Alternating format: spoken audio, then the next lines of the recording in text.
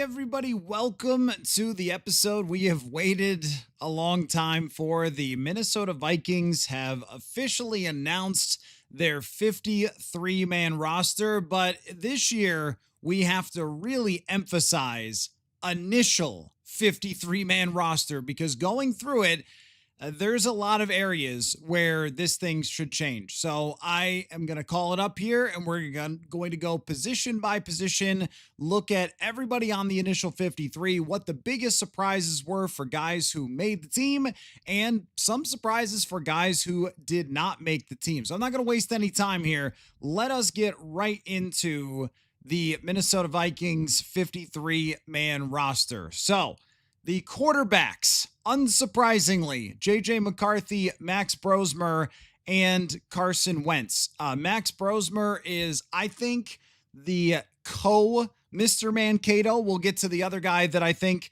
deserves that honor as well. But if you haven't seen JT O'Sullivan's breakdown of Max Brosmer's final preseason game, the quote that stood out to me from Mr. O'Sullivan was that it warmed his football soul to watch Max Brosmer play in that game. So make sure you go check that out when you get a chance, because his breakdown was excellent of all the anticipation throws, the smart plays that Brosmer made, and deserves to be on the 53, and is a guy that I think can develop into next year being their QB2. So they keep 3 quarterbacks, 4 running backs: Aaron Jones, Ty Chandler, Jordan Mason, and Xavier Scott. So Xavier Scott was absolutely another guy that we identified throughout this preseason and training camp that stood out for the Minnesota Vikings. He caught the ball really well. He ran hard. He made big plays in preseason. And it seemed like there was even a chance that they could cut Ty Chandler and just keep Xavier Scott as RB3. Now, there still is a chance that they could make a change at running back if they feel there's an upgrade. But, something we talked about throughout every time Ty Chandler's name came up was, why cut Ty Chandler when he has experience as a kick returner? And I think they're going to need Ty Chandler to be a kick returner this year. There's extra emphasis on that play. They'll probably need somebody who has experience back there. And even though you could go around the league and say, are they going to sign Cam Akers again? He got cut, and maybe they will. I think Chandler, for his explosiveness, for his special teams capabilities, and if he has to go in the game, he's been in this offense for several years. So I was not shocked, and I thought he had a pretty good overall training camp that Ty Chandler was there. And Xavier Scott, somebody who definitely earned it as well and got some kick returning in also. But I would say, if there's one guy out of this group that if they make a change in another area of the roster, Xavier Scott would probably be the guy who you would be able to get to the practice squad if they were to waive him after this, because we're going to have to talk about that for every single position. Is, all right, who's definitely here, and then who might not definitely be here. So CJ Ham was banged up throughout the end of training camp. They placed him on injured reserve with a designation to return next week. So let's get to the wide receivers. Very interesting group here. Justin Jefferson, obviously Jordan Addison is on the suspended list. That's why he's not listed. And Jalen Naylor, Ty Felton, Tim Jones, and Miles Price are the other wide receivers. So not Lucky Jackson, not Thayer Thomas, the 2 guys that probably took the most reps during training camp with J.J. McCarthy outside of Justin Jefferson and Jalen Naylor, or I'm sorry, Jordan Addison and Jalen Naylor. It was Thayer Thomas and Lucky Jackson, and they don't make the team as they go with Felton, Tim Jones, and Miles Price. But this is a spot that should be different within the coming days. So far, no Adam Thielen trade. We will dive into that and the other options at wide receiver. But as for right now, you could see either Jones or Price staying on because both of them stood out on special teams. I know Jones had a couple penalties. Jones also played pretty well at wide receiver. Miles Price had a couple of big returns, huge kick return, huge punt return. But Miles Price is a guy that you could get to the practice squad if they let go. My expectation, though, is that even if an Adam Thielen trade it does not happen, which it does not look like it's happening now, that they will still add a wide receiver by tomorrow, I would think. Tight end 3 was a discussion quite a bit during this training camp. Ben Urasek ends up making it as tight end 3. Gavin Bartholomew was injured for the entire time. I would assume that he is going to end up on injured reserve and be out for the season. I guess it was a back injury, and it must have been pretty serious. But Urasek took the lead in the middle of training camp, never really looked back, was the guy who was out there first. This is another area that could potentially change, but I also think that Urasek, being a former Stanford guy who caught a lot of passes there, turned into a blocker when he was at Georgia, I thought he played well enough to have potential as a tight end 3, and he kind of does remind you when you see him of somebody like Johnny Munt. So Urasek, the undrafted free agent, makes the 53 in that tight end 3 battle that never really was much of a battle overall. It was kind of, once Bartholomew went down, Urasek was really the guy. They brought in Nick Vannett for a bit, but they brought him in too late in the game, really, to get into the competition there. So Urasek is your tight end number 3. The offensive line features one surprise, and this was one where when I made my 53s, I was trying to make this happen. And every time I made a 53, I couldn't quite figure out a way to do it, but the Vikings did.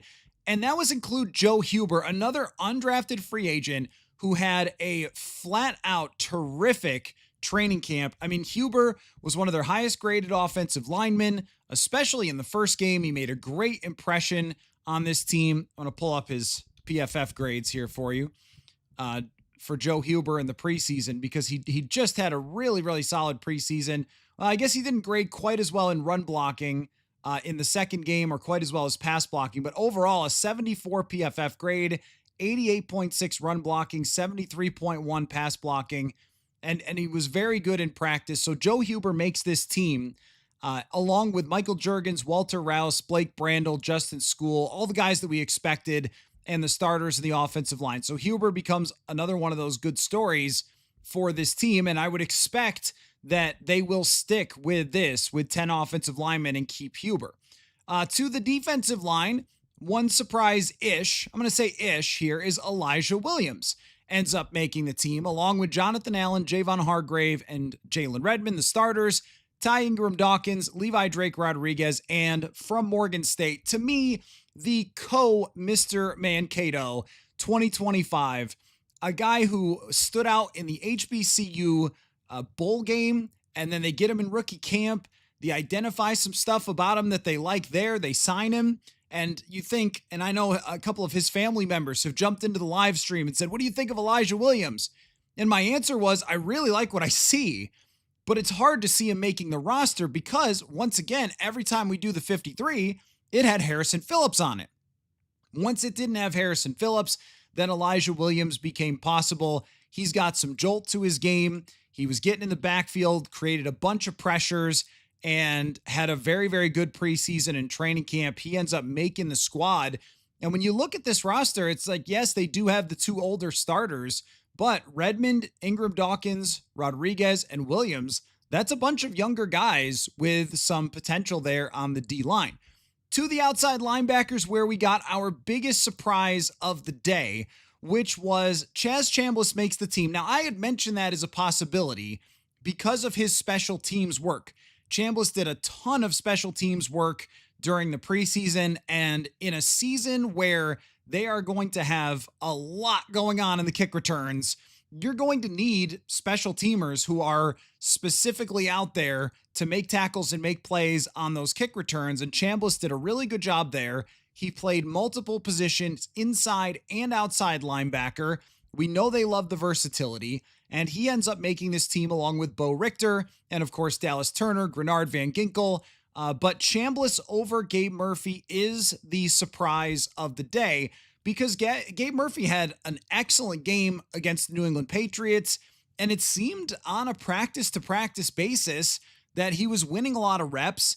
He was creating a fair number of pressures, and just appeared to be a guy that they were having as that Patrick Jones type of development player who might carve out a role for himself. And I remember one of our takeaways I believe after the Patriots game was that Gabe Murphy looked really good and looked like they might actually use him. Well, we got that one wrong. Preseason does tell us lies, but I thought he was good in camp too. A few people had asked me, like, what are they doing? What are they thinking? And if I had to give you a guess here, Richter and Chambliss are two guys who are really good on special teams.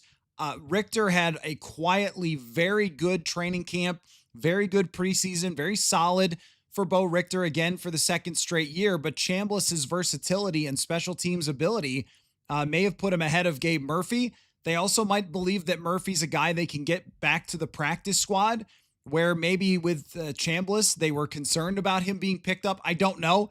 I thought Chambliss wouldn't be a guy they'd be worried about being picked up, but if they really, really want him on the roster and they like his upside, another undrafted free agent here ends up making the team. And, I mentioned this on Twitter earlier that just because we don't know the exact explanation doesn't mean there's no explanation to Gabe Murphy being cut. I mean, Gabe Murphy is like 25 years old. They've had 2 years to evaluate him. And sometimes you just get to a point with a player like that where you might say, okay, but is there anything else that we're going to learn from him? And Gabe Murphy played 7 snaps of special teams during the preseason. So clearly they didn't have a special teams role carved out for him, and that would make a difference. I mean, you're going to play Grenard, Van Ginkel, and Turner, and these other two guys are very unlikely to get on the field on the defensive side. So it really does become about special teams. The inside linebacker, another big surprise here, though I did notice him a number of times, was Austin Keys. I thought Austin Keys did play well. This could be a guy that they do cut and put on the practice squad if they are making additions, and we'll talk about those areas. But Austin Keys showed some physicality, again, special teams ability, made a number of tackles in the preseason. So he ends up making the 53. That was a guy that I don't think anybody had on the 53 because I assumed that they could cut him and get him to the practice squad. But Cashman, Pace Jr., and also Eric Wilson, naturally. Now, the cornerback position, this also featured a bit of a surprise. Throughout the entire summer, Zamiah Vaughn was CB, what do you want to call it, 4. He was on the field for all second-team reps throughout the entire summer. And they must not have seen enough, and he really botched that play against Van Jefferson in the final preseason game, but they must not have seen enough. They must have loved the potential and wanted to get as many reps as possible to evaluate Zamiah Vaughn. But once they saw everything there was to see, they decide to cut him. And he's a guy that could very well get to the practice squad. And I'll just say that about all players that you love who are getting cut. Just keep that in mind. What about this guy? What about that guy? Oftentimes with practice squads this big, they are not picked up on waivers, and there's very good chances for them to get to the practice squad. But Zamiah Vaughn being cut must be that kind of a play. It must be that kind of a calculated risk to say, if we cut Dwight McGlothern, someone might pick him up. Clearly, they already traded Mekhi Blackman away. This is an area the Vikings for sure must add somebody else at the cornerback position. They cannot go into the season with 4 corners and just 3 starters and then Dwight McGlothern. But Murphy Jr., Rogers, Jeff Okudah ends up being one of the great stories of camp, that Okudah is on the redemption tour here in Minnesota. That's something I'm still really, I would say, interested to see how it plays out. I thought he had a very good camp and he earned it. And with Dwight McGlothern, there was a moment there where we thought that Vaughn might make the team over him. It ends up being McGlothern.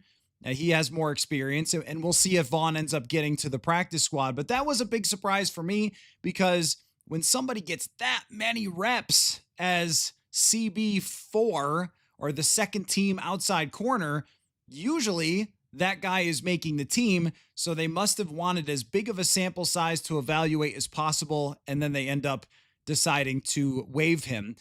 Safeties, Josh Metellus, Harrison Smith, Theo Jackson, Tavier Thomas is another key special teamer. So both of the special teamers, him and Tim Jones, the specialists end up making it, and Jay Ward, who I thought overall Jay Ward had a pretty solid training camp and preseason. And if anybody goes down, Jay Ward should be able to step in. But Tavier Thomas is maybe the surprise here because they kept Tim Jones. So two special team specialists, you don't see that a ton. Could be a guy that they move on from if they need to add somewhere to the roster. And yes, Ryan Wright makes the team. They cut Oscar Chapman yesterday, and Ryan Wright is your punter, at least for now. There are other punters being released around the league. And, so maybe there's still an option there for those of you who are very concerned about Ryan Wright. But there are your 53 initial Minnesota Vikings and the breakdown of some of the biggest surprises. Now, let's go through it again and talk about the options for the Vikings, where we stand now. And that has to begin with the wide receiver position. As I mentioned, Ty Felton, Tim Jones, Miles Price are the depth wide receivers. I don't know how you could go into week one with, if Jalen Naylor is banged up, how you could go into week one with basically just Justin Jefferson. And then Jones has caught, I believe, 17 balls in his career. Felton is a third-round draft pick who I thought made significant progress through the offseason, but I don't know is ready to take on a big role. And then Miles Price looks like more of a returner, maybe an underneath type of wide receiver, but has never played before in the NFL. So those guys, there's a lot of room for improvement there. The Adam Thielen trade, here is my understanding of where it stands right now. It appears to be not likely. Almost, I don't want to go farther than that. It appears to be very much not likely because the Carolina Panthers cut Hunter Renfrow today. And all throughout training camp, I was reading from Carolina reporters that they were very happy with Hunter Renfrow and they were impressed by him, and that his performance, and this might be a guy to look at for the Vikings, but his performance was so good that Carolina, a lot of the Carolina reporters, and I've chatted with some of them as well, just hey, what do you guys know? Where do we stand? Things like that. They thought that it was very possible that Renfrow would make Adam Thielen expendable. Well, cutting Renfrow is a pretty clear sign, and they might bring him back on their practice squad or whatever, but a pretty clear sign that they are set with their starting wide receivers, Coker, Leggett, McMillan, and Adam Thielen. And also from the Carolina reporters, Thielen was at practice today with Carolina, so they weren't holding him out of the practice. That thing appears to be on life support. And my feeling is that where they got to was the Vikings need a wide receiver really bad. And Carolina doesn't need to get rid of a receiver really bad. They can use Adam Thielen. Even if he is bumped down to wide receiver 3 or 4, and they want to get looks at the other guys, if one person gets hurt, then Adam Thielen is back to playing as much as he did the last 2 years. They don't have to do that. So if you are in a position where, if as Carolina, you like Adam Thielen as a veteran wide receiver for you, your quarterback has had good connection with him in the past, you're going to have a pretty high price. You're not going to say, oh yeah, just give us a 6th because we're trying to get rid of him anyway. This is not a yard sale. This is a store. There are two situations when it comes to players being traded in the NFL. There's going to the store, which means you pay the market price, or there's going to the yard sale, which means we're moving to Connecticut. We got to get rid of this stuff. And you see a lot of those trades that are a 5th or a 6th rounder or a pick swap. We're moving this guy anyway. That's Harrison Phillips. That's Sam Howell. We're moving this guy anyway. We're moving to Connecticut. We got to just put everything out on the lawn. And if we get $5 for it, that's great. But if you go to the store, they're going to have a price on it because they don't have to give it to you. And that's exactly what it was with Thielen, as far as I understand, which makes it less likely that it is going to happen. I wouldn't say it's 100% RIP'd, but there is not good signs for the Vikings trading for Adam Thielen at this point, unless they come in at the last minute and say, all right, fine, we'll match your price. I don't know exactly what their price is, but that is my understanding of where this stands, is if Carolina doesn't have anything in terms of incentive to do it, you have to reach a point as the Vikings to incentivize them to do it. You have to say, This is so much draft capital as Carolina we have to accept. So if you had a glass of water and somebody else really needed a drink, but you were kind of thirsty too, if they said, I'll give you 50 cents for your glass of water, you'd be like, no, I'm not giving you that. I'm a little thirsty. If they say, I'll give you 50 bucks for your glass of water, well, I'm not that thirsty. Here you go. That is a little bit of what I learned in Economics 101, my friends. So Football Economics 101 sounds like to me the Vikings did not make it worth their while.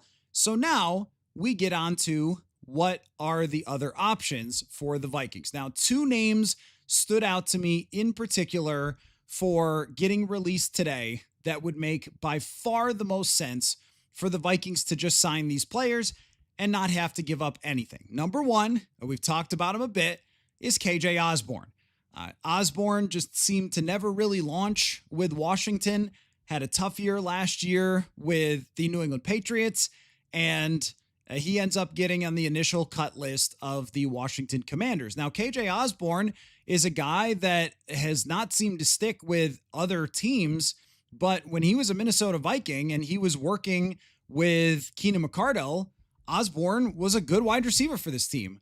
I thought that he struggled a bit in 2023, but overall had a good Vikings career. And at one point, we thought this guy's going to make a lot of money on the free agent market. He had in 2021, his breakout season, 50 receptions, 60 catches in 2022, a 13-win season with Kevin O'Connell there, and then 48 receptions in 2023, missed some time with injury, and was just always a pretty solid receiver, not somebody who is going to go up and win contested catches like he's Kelvin Johnson, not somebody who's going to break 50 tackles like he's Deebo Samuel, but can at least execute within an offense well enough to catch 50 to 60 passes. And I don't know where he's at right now with his career. I did wonder about the injury that he suffered against the Atlanta Falcons, in 2023 during the Josh Dobbs game, if that impacted him negatively, or if, because he's only 28 years old, there shouldn't be a collapse for KJ Osborne. And I don't know of any other serious injuries. It could just be that KJ Osborne is a guy that does not really wow you in any way. He's not super fast. He's, I think, sizable, but he's not humongous. He's listed at 5'11", 203 pounds. Like, he's not enormously muscular where he's just going to, compared to me, he is, but not like other NFL receivers. He's not going to break 100 tackles. He's not going to line up at running back and slot. He's not going to even be a good punt returner, but he's a very smart player, and he can make some plays with the ball in his hands, and he can make some plays down the field, as he made several huge catches during his career as a Viking. The Colts game, the comeback game in 22 comes to mind.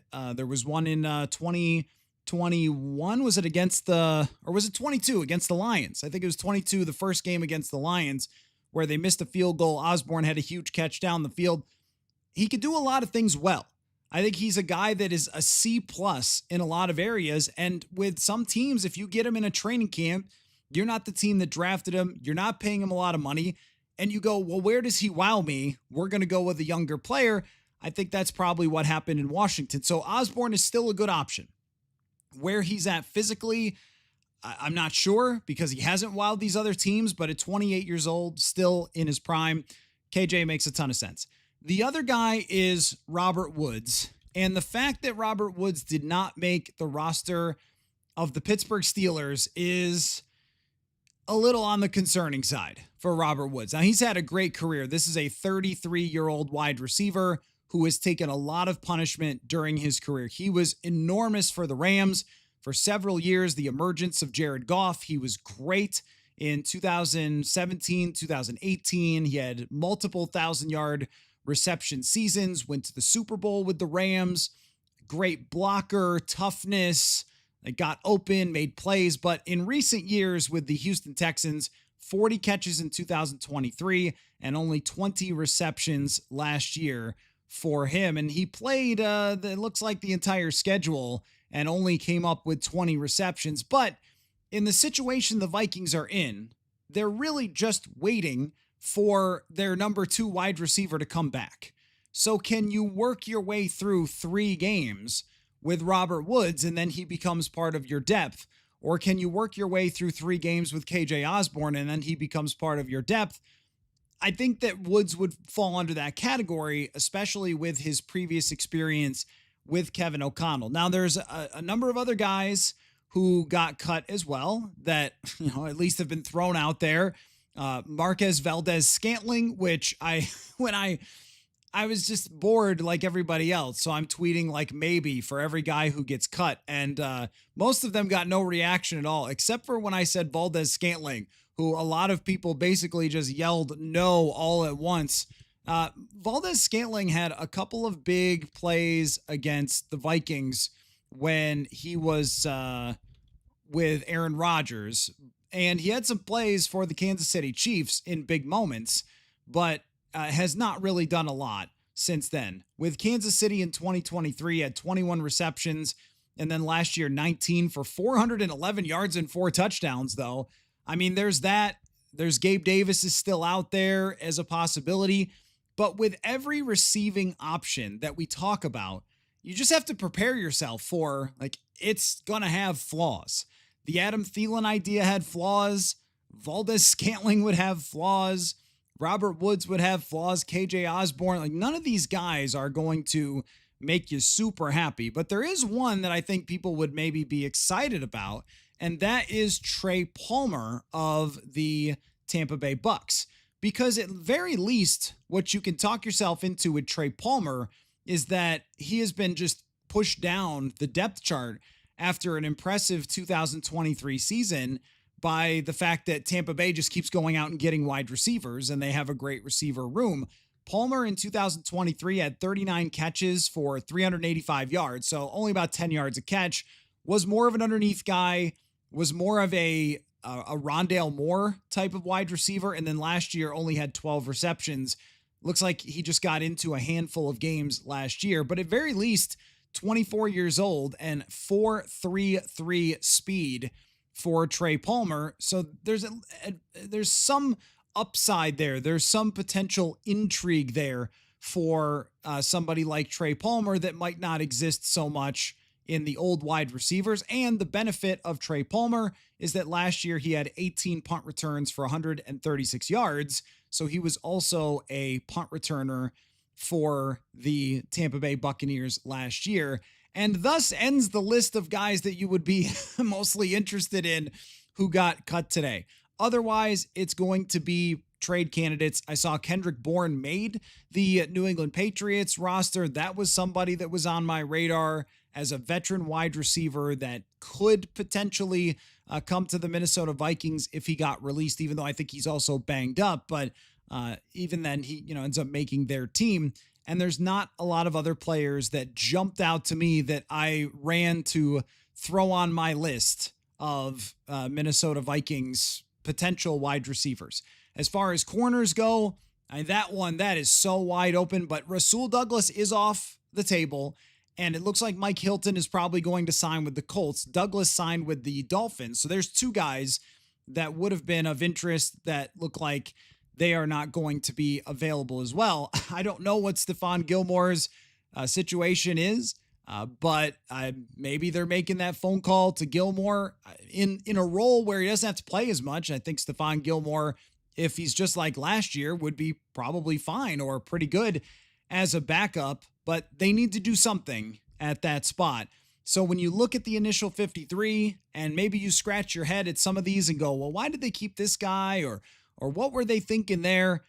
Could be very different when we're doing an emergency podcast or tomorrow night's show at its typical time in the evening. So there you go, your 53-man roster for the Minnesota Vikings. I am curious about your reaction, and there's still things coming in I'm still getting endless alerts from Pro Football Talk and from Adam Schefter. So if you see things coming in that you notice, please feel free to let me know. So, all right, what are you guys thinking? What do you guys want to know? I'm aware that this is the worst comments that you can make are that a guy is old. Like everyone knows that someone's old. But last year, Stephon Gilmore played a bunch of snaps for them and was fine. So he remains old. He was old last year. I bet you left the same comment last year and said, "Did you know that Stephon Gilmore is old?" Yes, I did.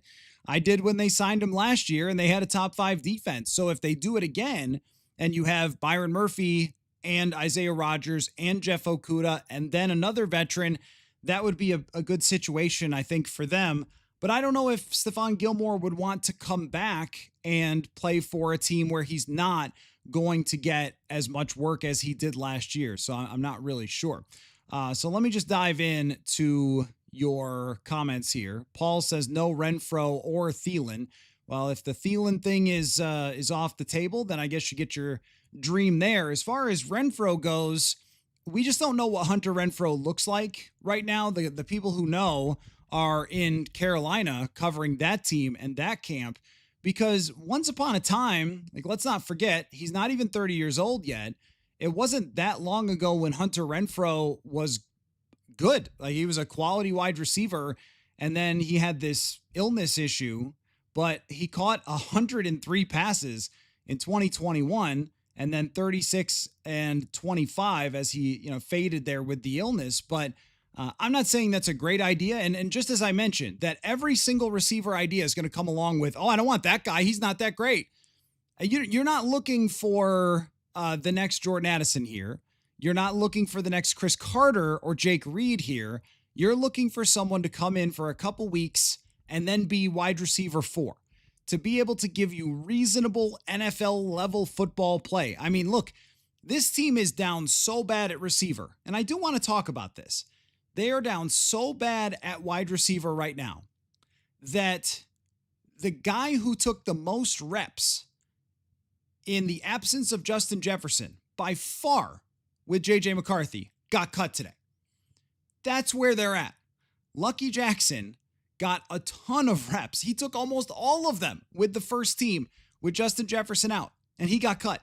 And he is a guy that they could probably get on the practice squad. They could probably elevate and get him into the game. And, maybe that's why they did this, is that they know they can put him on the practice squad, but maybe someone might grab Miles Price as a punt returner. I don't know. That might factor into it. But when you're talking about a scenario that is so dim or grim, I guess, at wide receiver, that the guy who took the most reps when Justin Jefferson was out of camp got cut on the day that they do the initial 53 roster, that's bad. So you are looking at guys like Hunter Renfro. You're looking at trades like Adam Thielen. You're checking into maybe potentially someone like Valdez Scantling or KJ Osborne, and every single one of them, their recent resume is not good. I promise you, whoever they sign, whatever they get, what we will be talking about is, well, that guy's not that great. I think everyone would be happy with Trey Palmer because he runs a 4.3 and he's had punt returning success. He's caught some passes in the league. I think of all the options, I like the Trey Palmer option the most because I could actually see him continuing to contribute. But when I bring up names, you're not going to like them because it's cut down day. And I can't remember another time where on cut down day, we were talking about filling out a position and you're like, whoa, Super Bowl. So, Gabe Davis might still be out there. We'll see. Oh, and at the cornerback position, I did want to mention, probably no coincidence, that Asante Samuel Jr., there was an update from Jeremy Fowler on him. And if he can convince teams that he's in good shape, there was a CT scan that was mentioned, but that could be a potential option still for the Vikings. And the day they sign him, I'll call him longtime Viking Asante Samuel Jr., but we'll see on that. That's another potential option out there. But it's just a PSA that Receiver Watch 2025 is not that fun. It's not, because of the rash of injuries. And we do have to take a second as this 53 comes out, and it's Tim Jones and it's Miles Price. We'll talk about Felton in a second. We do have to ask, did they do enough in the last offseason? Was this foreseeable? Because I think everybody and their brother knew that Jordan Addison was getting suspended. And there was a certain talk show online banging the drum for drafting a wide receiver high. Okay, happy with the Felton decision because they need that down the road. But there's a reason for that. There's a reason for talking about drafting a receiver high. And I'm not down on Donovan Jackson after this camp, so don't make it about that. But I think what that is a little bit of, you could see this. And I liked the idea of Rondale Moore, and it was really unfortunate what happened to Rondale Moore. That was just a total bad break. It's also a total bad break that Jalen Naylor hurt his hand in joint practices. That was a random thing, just going down to try to make a catch, and he hurts his arm. But when you knew that Addison was going to be suspended, and you knew that, Jalen Naylor, I think they were overconfident anyway in Jalen Naylor's ability to step in. It's really easy to forget the games that they won when Naylor was wide receiver 2. They were ahead from the jump against San Francisco. They were ahead from the jump against Houston. Those are games where they didn't need their number 2 wide receiver. It wasn't a shootout against Atlanta or a shootout against Cincinnati, which are both possible for week 2 and week 3. So hoping and dreaming that Rondale Moore, leaning on a third round pick to try to be a guy, like it wasn't enough. They needed one more body just in case of this situation. And, I texted Kevin Seifert today, and I said, is it rational to criticize a team for getting rid of Trent Sherfield?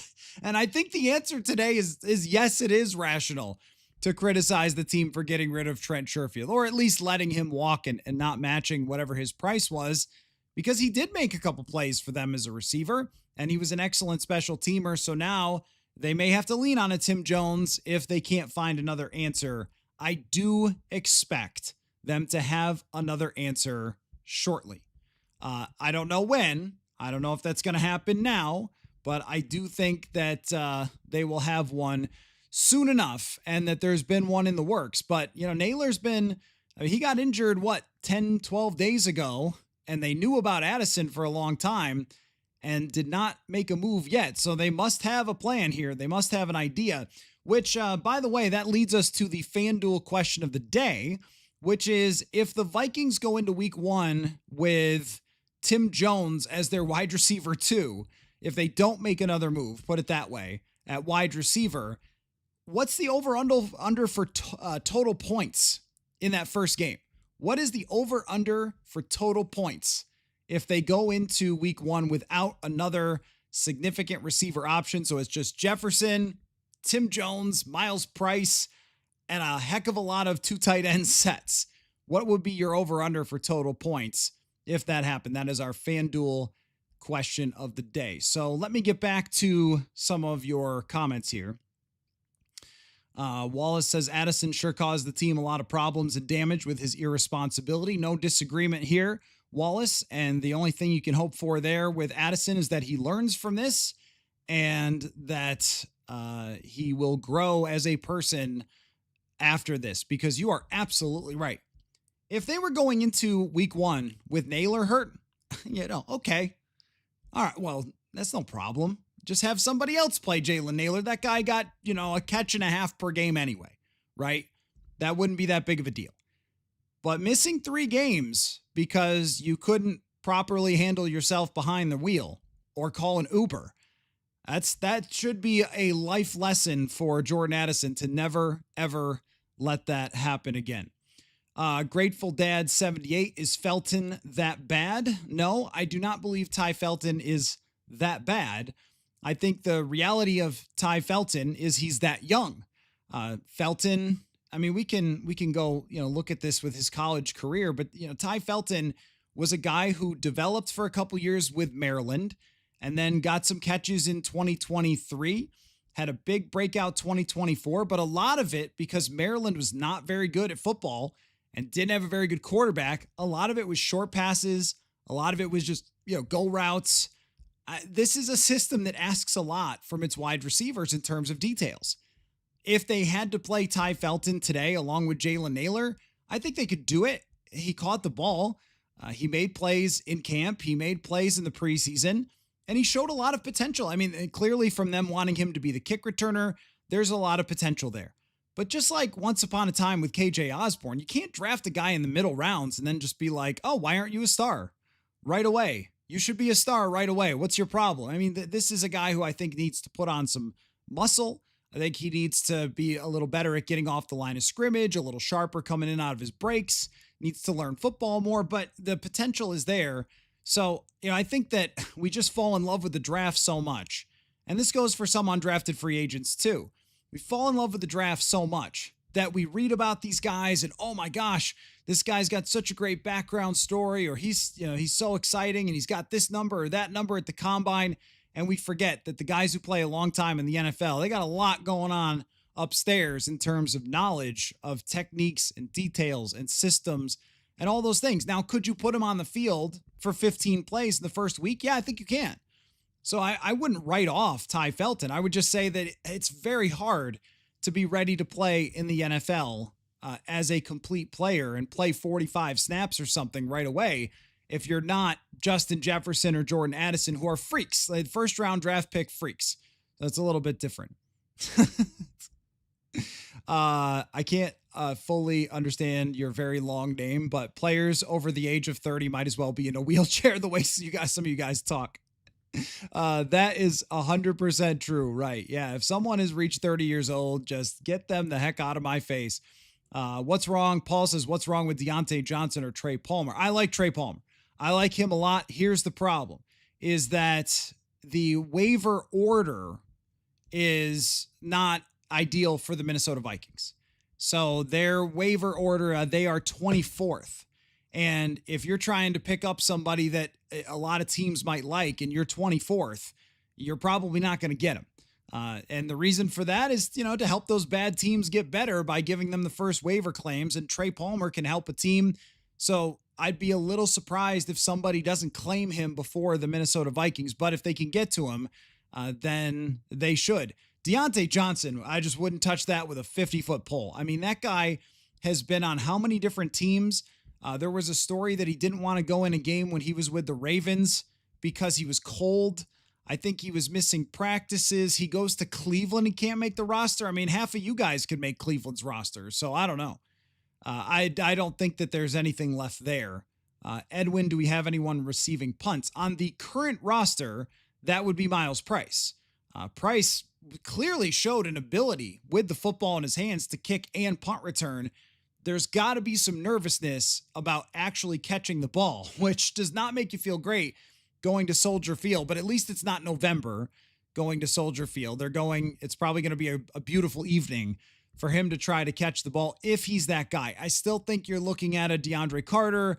If you could get Trey Palmer, you're looking at somebody like him. I mean, I think that they are going to go outside the building for the punt return position, but Miles Price made the team on the fact that he was very good in that area. And if he ends up being the odd man out who gets cut when they bring in somebody else, I would assume that they put him on the practice squad and that he's a guy that they will continue to develop because, look, even if it's preseason, it's not easy to make plays in the NFL. It's not easy to run over a guy, to find lanes, to be quick, to show your talent. And he was able to do that. So I think that he will be there in some capacity still. Evan says Felton isn't bad, just needs experience and development. Wouldn't be fair to put him at wide receiver 2 as a rookie. Yep, I agree with all of that. It would just be difficult. It would be difficult for him to do. Expose says bit nervous on corner and wide receiver, even with the addition of wide receiver 3 sketchy.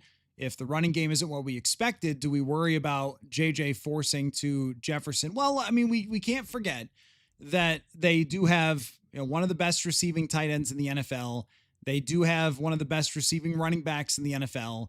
And they have a second tight end who is probably one of the best tight end 2s. I know that seems like a backhanded compliment, but I think Josh Oliver could start on 15 teams as a number 1 tight end. So it's not like McCarthy has nobody to throw to in the same way that Darnold didn't have nobody last year. Some of this just depends on where Naylor's at. I didn't think it sounded great, but if Naylor ends up being okay, well, then it feels less dire. It feels less grim if they have Jalen Naylor back, and then it feels like you've got almost your entire lineup. And look, football teams miss players. It happens sometimes. Atlanta's tackle just went out for the year and they had to trade for a tackle. Like that's life sometimes in the NFL, but Naylor getting hurt makes it a lot more difficult Are you worried about him forcing it to Jefferson? I mean, you're always a little concerned about that, but I think where McCarthy was good was even if it was Thayer Thomas out there and Lucky Jackson, if that's where the read took him, he threw the ball there during training camp, and at least that's I think a good sign for McCarthy still distributing the football. But you need somebody to catch it. You need somebody to be open and be able to make somewhat of a play if he's targeting anybody outside of Justin Jefferson. Like that's where the experience factor, and you're talking about, oh, well, this guy's older, but if he's been in the league this long, he at least can catch the ball and be in the right spot. That was kind of the argument for Adam Thielen is at least he's going to be able to make a play if it's there, where we don't know if Tim Jones can make a play. We don't know if Miles Price or Ty Felton can do it, the guys currently on the roster, or if they, bring back Lucky Jackson and elevate him. I don't know if they'll do that. That all just leaves you pretty darn nervous. So I think I think that's a legitimate concern though, is trying to force it to Jefferson too much. And Chicago does have a pretty darn good corner, Jalen Johnson, just talking about starting the season there. Robert, Chaz Chambliss was a surprise, but I'm guessing he won't be there for long. No, I think he will. I think he will because of the special teams ability. And it's clear from this initial 53 that they valued that with Tim Jones, Tavier Thomas, and Chambliss. Now, like you said, that could change by tomorrow, but I think they really liked Chaz Chambliss. And, it's hard to know what they're going to do, what spots they're going to need, but 6 outside linebackers sounds right to me. Let me double check that. I think it was 6, right? Or was it 5? No, 5. 6 defensive line, 5 outside linebackers. 5 outside linebackers seems right to me. Unless they're going to make the Micah Parsons trade. Make the Micah Parsons trade right now. Not that trading with Dallas has ever worked out badly or anything for the Vikings and Jerry Jones, but maybe Jerry's so crazy right now that you could be like, oh, it's just like Herschel Walker, man. Like here's a couple UDFAs and some draft picks. And like, are you happy? Okay. Micah Parsons. Sure. I don't think that's the case. Richter. I mean, they already have Turner there, Van Ginkel, Grenard. I mean, Richter and Chambliss.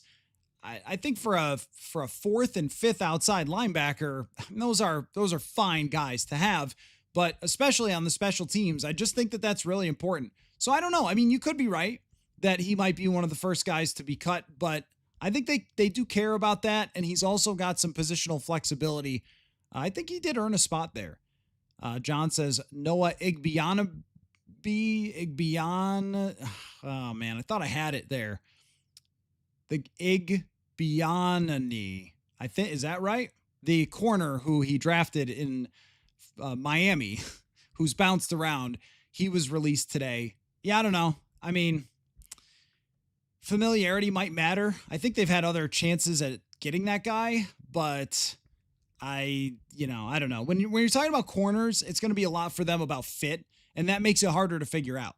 With wide receivers, it's, okay, KJ Osborne, you catch football? Sure, come on to the team. With corners, it's a little more nuanced. Duke Shelley got released. Vikings legend Duke Shelley. Jason says, I'd like the Vikings to trade for a receiver and a corner. Vets are going cheap, and we have lots of picks. No, I agree.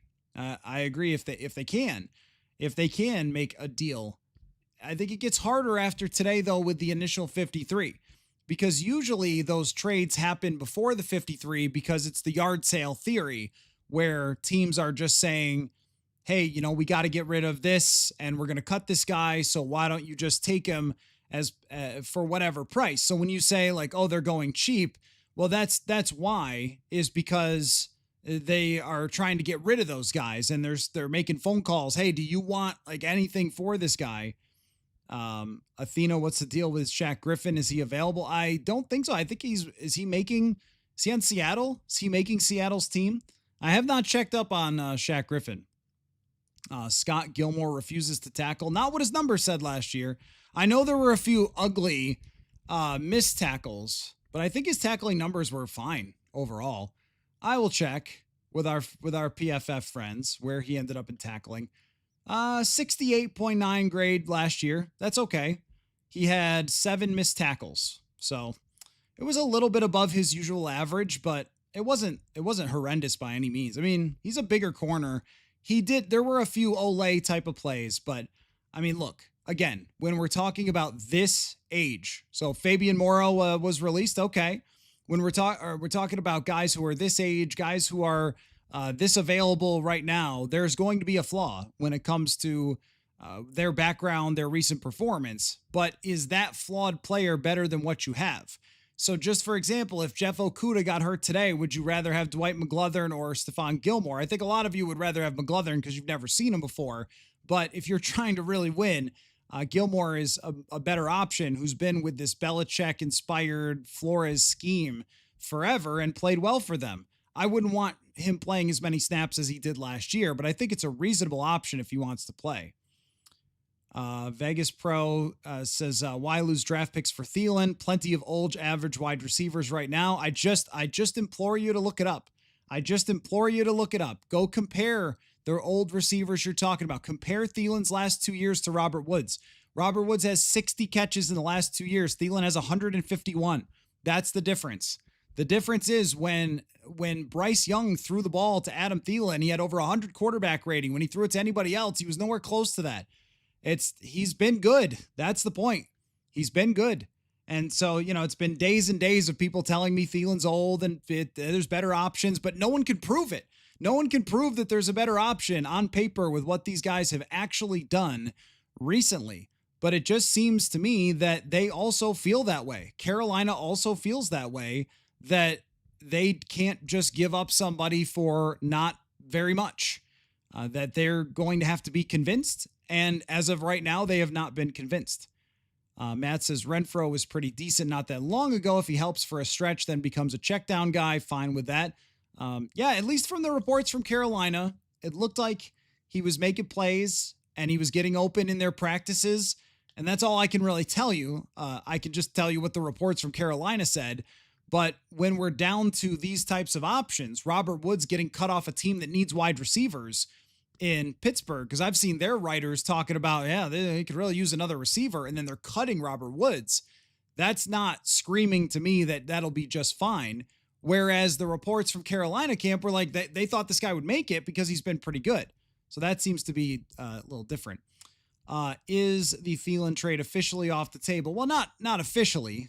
Does it make sense for both sides to wait until today's cutdown day to assess the market? It's not officially, but them cutting Renfro made it a lot less likely, I think. If Renfro had made the team, then they would have had one too many cooks in the kitchen there, one too many guys needing targets, and it would have felt like it was still possible. But if they're willing to part ways with Renfro, that to me says, no, Adam Thielen's probably still on this team. Yes, that could change. It's not a guarantee. It's not over until it's over. They could make it happen tomorrow. It just feels like that idea is on life support at the moment. Unless the Vikings come in at the last minute, maybe Mark Wilf goes full Jerry Jones and he calls Kwesi and he's like, Kwesi, my kids all got their number 19 jerseys out. We're all ready for Thielen. Bring him home. But at least from Schefter's reporting, what I've heard today, just sounds like they're not willing to match the price that Carolina is asking. So Robert says Lucky Jackson dropped a bunch of passes, and I think that really did hurt his chances in the preseason game, in a couple of practices, that if they couldn't trust him to catch the ball, that was where Tim Jones was a little more reliable catching the football, and Price is just a pure special teamer. But I think that did hurt Lucky. I agree. If he had stepped up in that preseason game and been great and made plays and, so forth. I mean, look, after the first preseason game, he was good. And we were talking about like, he's going to get catches, right? And it looked that way with all the reps and everything else. But it just seemed like, and this is so hard about football, and it's what you take for granted with great players like Justin Jefferson and Jordan Addison, is there's so much pressure that these guys put on themselves. And I'm sure for Lucky, he felt the weight of his journey to get there, going to the XFL and all that sort of stuff. And it's hard to continue to perform when you feel like you're on the edge of finally breaking through. And I think it kind of happened there in that preseason game. So that's a little tough. Red Star says, I hope Jordan Addison looks at this and understands why we are in this position and why next year we should think about a first round wide receiver. Well, let's give Jordan Addison time here before they have to go decide in next year's draft. Next year's draft is not, even though I'm always pro wide receiver, not something I'm thinking a lot about at this moment. With Jordan Addison, I am perfectly willing to give him time to prove all the things that they've said about him. You are 100% right. He got them here with this. He got them to this position because if he wasn't out for 3 games, this would be fine. We wouldn't even be talking about it. We'd be like, oh, Miles Price, that's cool. Like, whatever. They don't need to go get another wide receiver. No big deal. But now they feel like they do because of this 3-game stretch of 3 very important games. In my mind, you got to come away at worst 2-1. 3-0 is ideal. 2-1 because of what's next after that. 2 games overseas. One of them is very winnable against Joe Flacco or Dylan Gabriel or whoever the heck is starting for Cleveland, but it's still London and it's still, you never know. Pittsburgh's not going to be easy. They're never easy in any scenario, except for the first round of the playoffs. Hey-yo, but that's been true. And then after that, then it's hell month after that. And it just, everything goes crazy. So you got to find ways to win these games that you're supposed to win, that you're going to be favored for. Going to be favored in Chicago, favored at home against Atlanta, and then we'll see where Cincinnati is and where their defense is. They do have Trey Hendrickson back, so that one might be a pick 'em depending on how things go. But those are games you have to win, and Addison put him in this position. But it was a year ago. There hasn't been any issues for a year. If there's not any issues for 2 years, I think you're going to feel very good about where Addison is because let's not forget, he is a great player. A very, very, very good player. So let's see. Joe says, is it not concerning that we aren't discussing the recent 3rd-round pick as someone who can fill in for snaps in the first 3 weeks? I still don't think that, no, because when you say 3rd-round pick, it makes him sound like he was the first pick of the 3rd round. He was the last pick of the 3rd round. He was essentially he's almost the 100th overall player picked. So is it concerning to me? Not really. Because I understand that players need development. I mean, if we go through the players who have become something for this team over the years, I mean, Ivan Pace is one that showed up as an undrafted free agent and started right away. But how many did that? How about a Josh Metellus, for example, somebody who was a 6th-round draft pick that needed to develop? KJ Osborne was a 5th-round pick that needed to develop. It's not unusual to have somebody who's drafted in the 3rd round that isn't a perfect player right away. I do think from what I've seen from Felton, if he gets out there, that he can be a good player and he can contribute for them in a limited type of sample size of plays. I just don't think he's ready to do that yet. I think he needs a whole year as an NFL player to be really ready to be wide receiver 3 next season. And he's got to show them behind the scenes that they can believe in him. But it's just a lot to ask. You draft a guy who is supposed to develop behind Naylor and then be the next man up. I mean, he was even, I think, probably going to be behind Rondale Moore and get that time and be a returner and play in the league. That's how you would ideally want to do it. Now, if he has to get in, then we'll find out. But I don't think it's concerning for Felton yet. I think it's much more along the lines of normal that would be the case. It's just that you just expect every draft pick to step right in and be great because you get sold on their skills and everything else on draft day. But there's a lot that needs to be learned for somebody like Ty Felton, and then we'll see how it plays out. Timothy, maybe the Vikings take a look at McCole Hardman. Did he get released today? I suppose. I've never been all that wowed by him, but guys who only succeed in Kansas City certainly are concerning. Kind of like guys who used to only succeed with Tom Brady in New England. Let's see. More concerned about DB depth than wide receiver. Yeah, I think that's probably right because at wide receiver, you have the best wide receiver in the world. So that does mitigate some of these problems as we're going off about all these different options and everything else.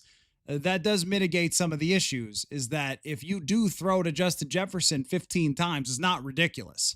And if you throw to TJ Hawkinson 15 times, not ridiculous. And you have Jones and you have Oliver, and it's not like if Naylor's healthy that he's never done this before. The DB depth, that I would say is concerning, because you're one injury away from being in a really, really tough spot there. And you're asking Jeff Okudah to be cornerback number 2 if someone were to get banged up. Where they are starter wise is fine right now. And that's another thing to keep in mind as we, it's cut down day. So of course, this is what we're talking about. And we're talking about those storylines. At starter, they're good. Isaiah Rodgers and Byron Murphy. Rodgers, I thought, had a very good camp. Byron Murphy, I think, is a very good player. Josh Metellus plays nickel corner a lot of times. They've played 3 safeties a ton in the past. I think Theo Jackson had a good camp, and we know that he can make plays. We'll see about Harrison Smith. I assume he's going to be back from the illness where he missed some time there, but the starters are fine. But one level down, that's where you would start to get concerned. I agree. Vegas Pro, Odell Beckham, Gabe Davis, Nelson Aguilar. I'm talking about the guys with concerning recent histories, right? Michael Gallup, DJ Chark, Donovan Peoples-Jones. Like these are just names, man. I mean, the Odell Beckham thing is kind of interesting because, as we're talking about, Adam Thielen, can you just catch the ball? Can you just get to the right spot and catch the ball? I mean, Odell Beckham, but does he come along with something more? Does he come along with a bit of a circus there of Odell Beckham? Does he still think that he is a superstar? Or like last year, he ended up playing in a handful of games. He had 9 catches on 18 targets and averaged 6 yards a catch. That's pretty bad for last year. In Baltimore in 2023, he was decent. He had 35 receptions, 16 yards a catch in 2023. But we know this. I call it the Marcus Davenport fallacy. Hey, 2 years ago, this guy was pretty good. I don't like to go down that road too often. That's usually, unless it was an injury like a Javon Hargrave or something. But even then, that came along with some risk. But 2 years ago, he was useful. He would be on a team right now if anybody thought that was a good idea. But it's an idea, and they are not in a position to turn down too many ideas at this moment. I think for me, it would probably be KJ Osborne would be the clear, obvious one. Osborne would be the one that knows the offense.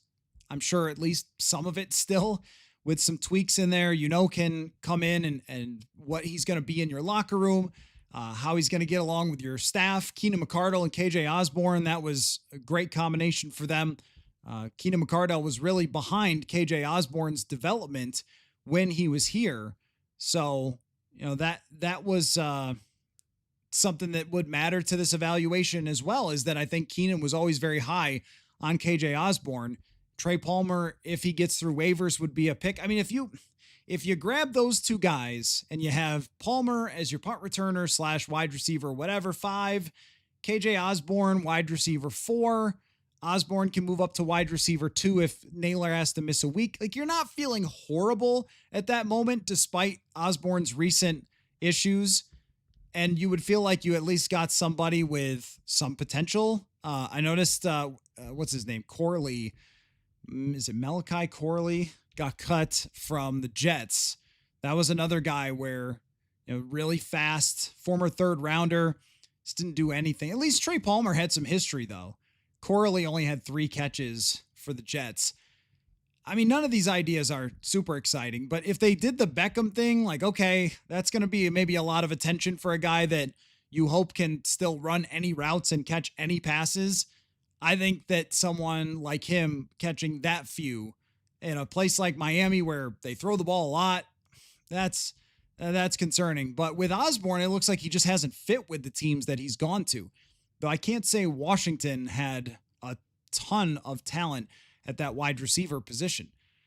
In terms of the FanDuel question of the day, the over-under for points in week 1 if they have to play Tim Jones as wide receiver 2.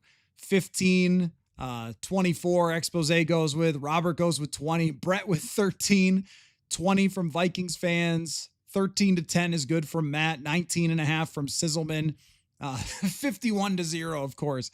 Of course, why not? So, yeah, I think that in that scenario, you would be talking about trying to run the football a lot more, trying to play ball control a lot more, and thinking about your defense getting 7 sacks in the first game and proving that Ben Johnson can't change anything about Caleb Williams. I wouldn't count out the idea that they could still score. They did score a lot of points in 2 games last year, but it took great defensive performances for the Vikings to score the way they did and a 97-yard touchdown. So what they should do is they should use the 97-yard touchdown play against the Bears. That's how they can rack up their points. Just throw the 97-yard touchdown one. Gus Frerotte used it with Bernard Berry Once Upon a Time. Cause and effect. What's wrong with going after Tyreek Hill and Jakobi Meyers? A few things. I mean, Tyreek Hill, yikes. I don't think you want Tyreek Hill on your football team because that is a ticking time bomb. But Tyreek Hill also, how are you getting that done from a salary cap perspective? And when Addison comes back, like, does Tyreek Hill, is he just your number 2 wide receiver? And what are you doing there exactly? Is Tyreek Hill even on the trade block? I see his name come up every night in the chat. I don't really understand that. As far as Jakobi Meyers, that's another one where your investment would have to be pretty big. If they didn't, now it's a totally different situation, but both guys are free agents after this year.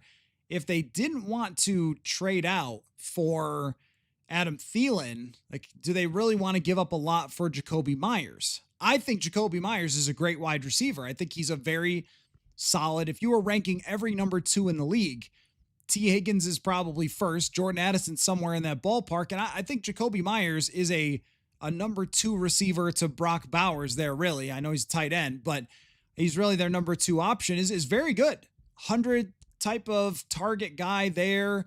He's gotten 1,000 yards before, but are you making him your clear-cut number 2 wide receiver? Are you giving him another contract? Are you paying out a 2nd-round draft pick for him? A 3rd-round draft pick for him? I think a 3rd would make the most sense because the Raiders would probably want to get back at least what they're going to get for a comp pick. I guess in the position they're in right now, if they traded a 3rd-round pick for Jakobi Meyers and gave him a contract extension, you'd be like, oh, how much do they believe in Jordan Addison going forward, right? Or you just have a great 3 deep, but you've also got Hawkinson to feed and so forth. So I don't know. That one's a hard logistically because you're talking about probably a lot of draft capital you have to give up and then money that you have to give up. Let's see. Denver is paying Sherfield $3.25 million. Too much for a guy that caught 10 balls all season. Yeah, I get is $3.25 million a lot of money? I'm not sure I agree with that. Sherfield was an elite punt gunner who could step in and play wide receiver when they needed him to, do a lot of things. Yeah, I know he only caught 10 balls last season, but he was quality receiver depth. He was able to step in if they needed him to. A lot of experience, you know. Bitter Bruce says Jalen Armour Davis was released, a surprise release by the Ravens. I saw that. Yep, I don't know a lot about him, but the corners, that's the hardest part, is figuring out. There's a lot of corners who get released. So who is going to be the one that fits the best is really the question. That's something I don't know. Hafrican says Darisaw is not on short-term IR. Is he playing week 1? I think so. Based on what we saw in the scrimmage right before the end of training camp. The last day of camp is a scrimmage. And I think McCarthy was out there for 33 passes. I want to say probably like 20 something Darisaw was there for, ramping up. I think he will be ready by week 1, but I'm only taking a guess at that. We'll see when the injury report comes out. But as far as his track to week 1, when he got in, the fact that he was able to have a full day of practice against the New England Patriots, that was really positive for him. In the joint practices, he didn't do the second day, but he did the first day. That was positive for him. And as you said, not going on short-term IR. That's pretty good as well. Yeah, I see Corley's name coming up a couple of times here. He was a 3rd-round pick from last year who I saw some Jets people tweeting out video of Joe Douglas, like just desperate to get this guy. And then he had 3 catches last year. So he's one of those guys that you would pick up if you're a team that's not really ready to win and you're just taking swings. Oh, a 3rd-round pick. Let me just grab him. But I think the Vikings need somebody who can help them win, not just kind of a swing like that. Let's see. Ty Chandler with lots of question marks. Yeah, I'm not terribly surprised by Ty Chandler making the team. I'm not terribly surprised by that. I think I had that in my last 53. There was a bit of an overreaction from maybe everyone after Xavier Scott had that big preseason game. Not an overreaction to Xavier Scott. Xavier Scott has been legit, and he makes the 53 today. Will he stay on it? I'm not sure, but he was good in this preseason. Legitimately good. Caught the football, ran hard, had explosive plays, showed some bursts. Like he was a guy I think they wanted to keep and that they were very impressed by. But Chandler has history as a returner. Returners are going to get hurt too. Like this play, when you watch this play, sometimes returners, it's like Wile E. Coyote or something sometimes, where it was like full speed and then smack into a wall. I think you want someone with some beef to them, like a running back, or, that's why Miles Price kind of makes sense, because he's got some muscle to him that can take some punishment. That's a little bit of my concern with Ty Felton returning all the kicks is like, I don't know, man. Sometimes those guys get really smacked, but that's one reason. And also you go around the league and hey, it could still be Cam Akers. He got released, but you go around the league. How many RB3s have any games like Ty Chandler had a couple years ago against Cincinnati or Detroit? Like not many of them. Most of them are undrafted free agents or 7th round draft picks or something. There's not a lot of great RB3s. So it's better to just keep someone who has been here before. Is the faithful shocked by the Gabriel Murphy release? I think so. This became funny on the social medias today for me because I was surprised, but I wasn't shocked. And another word that was used was baffled. Someone said they were baffled. I wasn't baffled. Surprised is right. Surprised means, yeah, I thought that he would be on their 53. And I thought that he would maybe carve out a little bit of a role, a Jihad Ward role or a Patrick Jones where he mixes in on some pass rushing downs. Thought that was possible based on what we had seen. He played every rep with the twos at outside linebacker. But shocked or baffled? No, I couldn't go there because he didn't play special teams. That's a big deal for this year. And I mean, just for making 53s. And we're talking about OLB4. I mean, anytime you're not talking about one of the first 3 players on the depth chart at any position, it's not a shock. They had 2 years to evaluate him. They probably got to the point where they said there was a Hard Knocks. You remember, I don't know if you watch Hard Knocks with the Lions a couple of years ago, but there was a Hard Knocks scene with Dan Campbell talking about whether to cut a running back. And his thing was, look, we don't need to learn anything more about this player. We know exactly what we have here. We know the limitations. We know there's not another level to this guy. So we should just move on. And I think that's where you get with Gabe Murphy is there's not another level to Gabe Murphy. He kind of is what he is. And if he's a one-dimensional player to where he can only pass rush and he cannot play special teams, well, then you're going to go with Chaz Chambliss, who might have more upside or at least turn into an Eric Wilson type who can play a couple positions, who can, drop back in coverage. They want guys who can drop back in coverage. Let's keep that in mind. Like that is a coverage position. Those plays require Dallas Turner to drop back, Andrew Van Ginkel to drop back, even Jonathan Grenard sometimes. If he couldn't do that and he couldn't play special teams and they saw that stuff from Chaz Chambliss, so they're going to go with him. It's 2 undrafted free agents. Like there's no shock. It's just that we just were a little surprised. I know that nitpicking a little bit. Completely out on Deontay Johnson. 1,000,000% out. That guy can't stick with a team for 5 minutes. Is KJ Osborne or Tim Jones a better option for depth receiver? I mean, I think Osborne has a much more significant history as a number 3 wide receiver than Jones does. Jones has barely played wide receiver in his whole career, 17 receptions, whereas Osborne has 3 good seasons. So I would go with Osborne there, but Jones at very least does have special teams. But I would go with KJ Osborne there. And yeah, I agree with Blowfish's. Osborne would, he would not have a steep learning curve. He would be able to jump in there. Clark says, is there a wide receiver we're not thinking about that Kwesi could trade for, thinking he has a trick up his sleeve? Yeah, possibly. Possibly. I mean, but after today, this is where it does get a little bit. There's only a couple days left before we play football, which is awesome. But that's not a lot of time to be negotiating more trades and having too many more discussions. If you're going to do it, you better do it. Like, you better get this done pretty darn soon if you're going to make a deal. Alec Pierce is the name that has kind of come up as maybe a surprise one. He made the Colts roster with no problem today. But, maybe. Maybe there's somebody like that. I mean, that is all altogether possible. It is altogether possible that there's something in the works behind the scenes. And, we have had over the years with the Minnesota Vikings plenty of surprises. And, there have been plenty of surprises even today where stuff doesn't necessarily get out into the public. And then you go, wow, Gabe Murphy, huh? I didn't see that coming. Oh, by the way, I did want to mention, just to circle back to, because we spend so much time on things that are on fire, that can we just quickly go through the great stories here today? What a story Elijah Williams is, right? This guy, Morgan State, very productive in college, shows up to the Vikings. What number would he have been on the roster overall? As kind of the last guy in, as a rookie tryout player. Now, I remember going through when they signed him, there was a little bit of we did a show and there was some focus on Elijah Williams, and we talked about him because he was intriguing.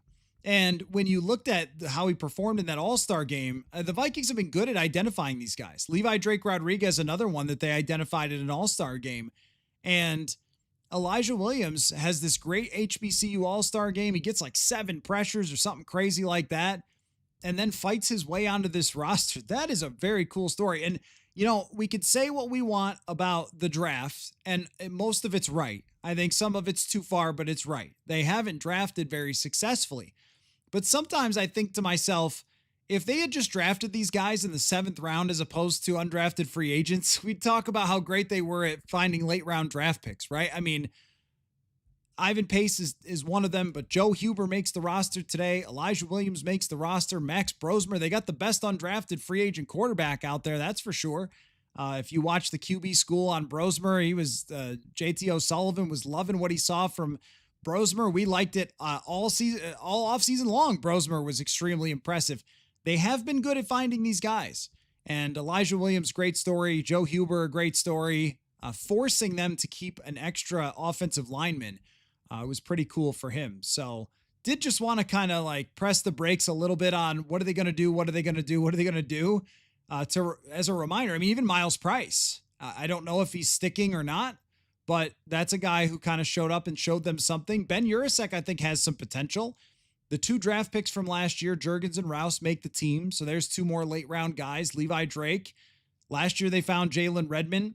So that's been the other part of the story of this team and their team building, is that they have been able to rely on that over the last couple of years. It's not a perfect way to do it. Even McGlothern had his downs during training camp, but he's one of the 4 cornerbacks remaining. So that is something that they've been able to make up some of the difference by finding those types of guys. So let's see. Don in Bethany says, watching all the dumpster fires, it's odd to me how much criticism the organization gets when they are building a pretty solid track record. Well, I think that what that is kind of the moment that we're in right now. So just for example, at this moment, when we watch a preseason game and we do a very real and intense post-game show, and everybody who cannot wait for this Viking season watches that preseason game, and if Kobe King misses a tackle, it's, oh my gosh, they drafted another bust. This guy is, look, Kobe King's not going to make a difference in this season. It's just not. And the same thing for a lot of these areas and a lot of these situations is, if you get to the point where the 4th linebacker is out there needing to make a difference this year, you're in trouble. And they are a little bit in trouble at wide receiver, but let us not forget they have the best receiver on earth and a Pro Bowl tight end. And those that, like, because this is the moment that we're in and these are the storylines of the day, I think it's easy to lose perspective on the bigger picture that the Minnesota Vikings have one of the best rosters in the NFL. But where it does become important is that the margins are not going to be very big for this team. The NFC North is fantastic. Their schedule with the NFC East, I mean, even the Giants could cause some problems. Jackson Dart might be playing by them. He looked great in the preseason. Their D-line is a problem. Abdul Carter looks like a freak. We know what Dexter Lawrence can do. Dallas is still got a lot of talent, as much of a circus as that is. The Steelers, they can be a problem. So I think that's where it's fair. But like, let's not lose the forest through the trees as we're talking about, going out and getting KJ Osborne or something. Let's not lose our minds with, hey, this team is lost or screwed or whatever. I see some of that. Oh, we're completely screwed. Oh, hold on. Hold on.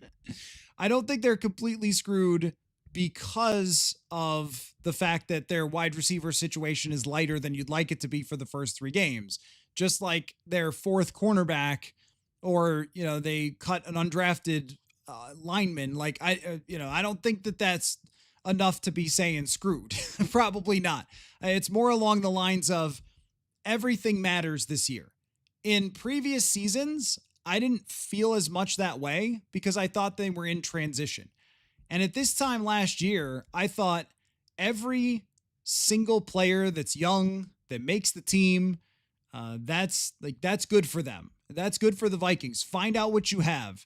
If your 7th rounders make the team, then that's great. Make sure you get those guys developed and see what they could be next year. Just like Levi Drake Rodriguez. I didn't know they were going to win 14 games at the time, but that was my thought. If Levi Drake makes the team, that's great for them because they need that guy to develop to be something next year. Jalen Redmond, when he made the team last year, we were like, oh, okay, that's interesting. Maybe there's something there. And there is. And so that mentality lived in a transition year type of spot. Whereas this year, when you have this much money invested and you've spent so much on free agents and you've built around JJ McCarthy the way that they have, and you look around the NFC and you go, well, could you be better than the Lions? Yeah, if you get the quarterback play. Could you be better than the Bears? Of course, usually you are. Could you be better than the Packers? Certainly you could. You have a better roster. Then every single detail starts to matter. Every single detail becomes important. Like when we're talking about, extra wide receivers or extra corners or, which guy they pick for special teams because the kickoffs are going to be a huge deal this year. That's why it feels intense right now at this moment, I think. That's my theory. Charles says, we have the money and the draft picks. Why not trade for Jacoby Myers? Sure, we have to pay him, but he could even replace Addison in a year when he wants to get paid. Yeah, I don't know that timing quite works out because he's significantly older than Jordan Addison. Jacoby Myers is sort of toward the end of his prime at 28 going on 29, I believe. Whereas Jordan Addison, the reason he's so important and Addison getting his life straightened out is so important is that you can have one superstar and one very, very good number 2 wide receiver for a long time if Addison is in good shape. Because he's, 23 years old now? I mean, you're talking to Addison hasn't even hit his prime yet. So if you want to throw him overboard for a guy who by the time you sign him to an extension and then you give him a 3-year extension or something's going to be into his 30s, like that doesn't quite work out the same when Addison is also a better receiver than Jacoby Myers as well. I think that the signing Myers part would be hard, except for there is a little bit of a loophole here. And here's what I'll give you, is there is a little bit of a loophole here. And I would call it the Danielle Hunter or now Trey Hendrickson loophole to unhappy players, which is, would you like some money out of my wallet right now? Will that make you feel better? That's the loophole. Because let's just go down this idea. Because, I mean, I like it as far as the player goes. So let's go down this idea. Let's say the Vikings give up a 3rd and 2/6 for Jacoby Myers. Let's just say that the Raiders are willing to do it now that they have Amari Cooper. All right, 3rd and 2/6. or a fifth and a sixth. What the heck ever. Who cares, right? The couple of late round draft picks. They say, yeah, okay, great. Myers gets to the Vikings and they redo his contract to put a lot more money into his wallet in whatever way it takes. Void years, I don't know. However you do that, Rob Brzezinski, that I don't fully understand. So you get him $10 more million right away to play for you this year. And then he leaves in free agency. And then he signs a pretty big contract. And then you get a 4th round pick back for a comp pick. It's not a bad idea. It's not a bad idea. I think it's a little on the hard to figure out how to do side. They do have some cap space. I mean, I don't dislike it. I don't dislike all of you who want Jakobi Meyers. I don't dislike it. That might be the only way to go down that road. Will they take that though? Because if you're Jakobi Meyers, I mean, like I see why you want to leave and I see why you want to raise, but why are the Raiders doing it? Why would the Raiders, like you signed a contract, go play. Like, I don't know. The Raiders are trying to win. So I don't know why they would do it. Surly Viking says concerning is all the unhealthy veterans. Well, at the moment they're healthy. We'll see if that holds up. Ryan Kelly, I think, would be the most concerning just for his recent history. Fry's one bad luck injury, kind of the same with Hargrave. Allen came back at the end of last year and was fine. I don't think Isaiah Rodgers has had issues. Let's see. Brian says, regardless of who they bring in at wide receiver, the other team has to say Jets is not going to beat us and take him away. Can the other guys be good enough to pull them away from Jets? Well, they never really have been. So that is one key part to remember. Addison, yes, but Addison never gets doubled. Addison has even mentioned this. I think Addison said at one point last year that he's never been doubled in his entire career. Like, he probably was when Jefferson was out in 2023, but like, stay with him. Never when Jefferson is in has he ever been doubled. So if it's Tim Jones, he's going to get a single man on him the same way. Like, they're just always going to do that. And that's something that they have to be ready for. TLS, thanks so much for the super chat. Really appreciate that. So they're always going to double him no matter what happens, honestly. And they just have to figure out the rest. But teams go into every game saying Jefferson's not going to beat us. When teams do their preparation, that some have a different name for it, like a red dot player or a star player or whatever it is, the designation, he's the one they circle every single time. Every single game with the Vikings is Jefferson, and he still gets 150 targets, and the whole offense is designed to beat that stuff. So they still can get him the football. I don't think that is the issue, is whether they can get him the ball. It's that if Jefferson catches 8 passes for 110 yards, you probably need to throw for 250. Like, who else is catching the football?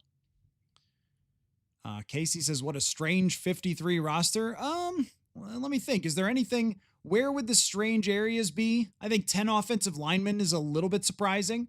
Maybe one more running back than I expected. 4 corners, but they've done that before. That's not that unusual. I don't think it's strange. I think it's just that we've spent so much time focusing on all of these decisions that when we finally get them, there's some surprises. And that's why we do it. That's why we like sports. Surprises. West Coast Yeti. That's a great name. Thoughts on MVS, Renfro, Corley, and cornerback Mike Hilton. Hilton just visited with the Colts, so I think that might happen. I like Hilton. He played well last year. Mike Boone just got cut by the Dolphins. Great guy, Mike Boone. It's bounced around.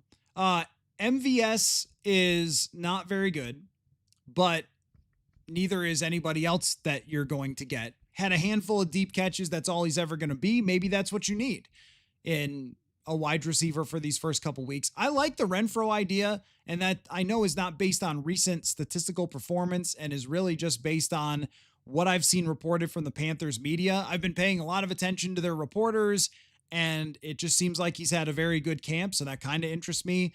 Corley is much more of a project. I'm not really into that idea as much.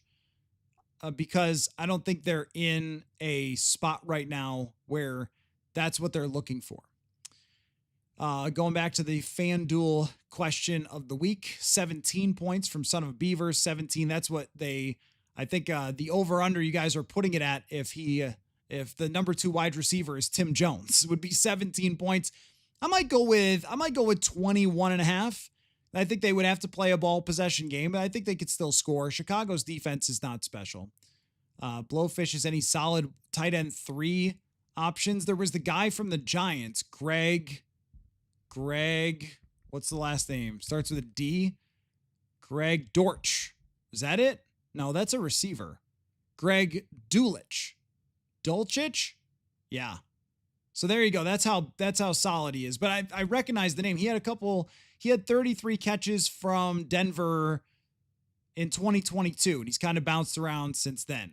But that's kind of where we're at with tight end 3s. I'm good with Ben Urasek. I think Ben Urasek had a good camp and that he should be their tight end 3 and go from there. And we'll see what happens long term with Bartholomew. They can compete next year, but I think that Urasek, as far as tight end 3s, is probably fine. Pavlov's Frog says Aaron Jones is the 3rd best receiver on the team. I do not disagree with that. I think that is true. The folks that want him to play wide receiver, probably not. But I think that he can. And Pavlov's Frog says, can he move to the slot? No, he can't move to the slot, but he can certainly catch a lot of passes. That's one thing he can definitely do, because he is one of the best pass catching running backs in the entire NFL. So it's not like they have nobody to throw to. Never played Madden says, for Naylor, no injury designation, so maybe not as badly hurt as feared. That is certainly possible, and you're right to point that out. We just don't know. And when O'Connell says they're assessing options, again, that's where you go, I'm not sure. If Naylor is in perfect shape and he's good to go week 1, this conversation's a little bit different. But it gives you a lot more pause when he is banged up the way that he is. Blowfish says Addison is better than Myers. Why trade for the latter when the former is better? Well, you'd want all 3 for this year. That's what would be nice, is if you had all 3. That would be good. If you trade for Myers to start the season, and like I said, let's just say you find a briefcase of money to leave in his locker for this year, but it's not into the future, kind of like the Danielle Hunter deal when they worked things out with him after his very short hold in, or what just happened with Trey Hendrickson. Okay, Jacoby Myers wants more money. Here's more money, and you get to hit free agency. Here's a 3rd round pick along with a 5th and the 6th to the Raiders. Okay, they're happy. Then when Addison comes back, you just have 3 really good wide receivers for this year. And then Myers hits free agency. You get a 4th round comp pick. It's not the craziest thing I've ever heard. That would be how you would deal with that. You wouldn't be getting rid of Jordan Addison because you got Jacoby Myers. That really doesn't quite work out. Mike says, what happens when CJ comes off of injury? I would assume that will have another move that goes along with it. So that might be Xavier Scott going to the practice squad, getting cut, going to the practice squad. That's possible. Kumar says, if Gabriel Murphy played special teams, would he be on the team? Do players choose not to play special teams? If so, seems like a strange decision. I actually have heard of that happening. Yeah, where players, now I'm not saying that Gabe Murphy did this, because I don't know that. Some guys are just not good at it. Like it's a skill in itself that we sort of take for granted until your team is terrible in special teams. And then you're like, oh yeah, that's right. There's talent to that. But so there is a fit also. There's different positions, just like offense, defense. We just don't focus on them a lot, but there's a lot of detail. Maybe I need to get Matt Daniels on the show to explain all the different positions that they have. They all have names. We just don't dive into it, because it's like, it's kick the ball at the back of the end zone, start the offense in the last few years. So maybe we're going to have to know all those positions and details by the end of this year. But the point just being that sometimes guys aren't good at it. And a lot of times what happens is they really don't dedicate to it. It's like, all right, fine, I'll go out there, whatever. But are they really putting in 110? And the coaches are going to notice. And if you have one guy who's an undrafted free agent with versatility and can cover and can play inside linebacker or outside linebacker and plays all those special teams reps and is really into it, versus a guy who you've seen for 2 years and has looked good at times, but he's a one-dimensional edge rusher who can't go back in coverage, can't play multiple positions, can't play special teams. You're just going to go with the guy who can do a lot more. Now, and also Gabe Murphy, he might be on the team tomorrow.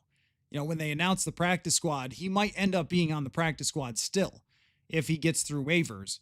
So we can't count that out, that he doesn't have to necessarily end his time as a Minnesota Viking because of this. I just think that special teams thing, it's always hard to explain because we just don't look at it a lot.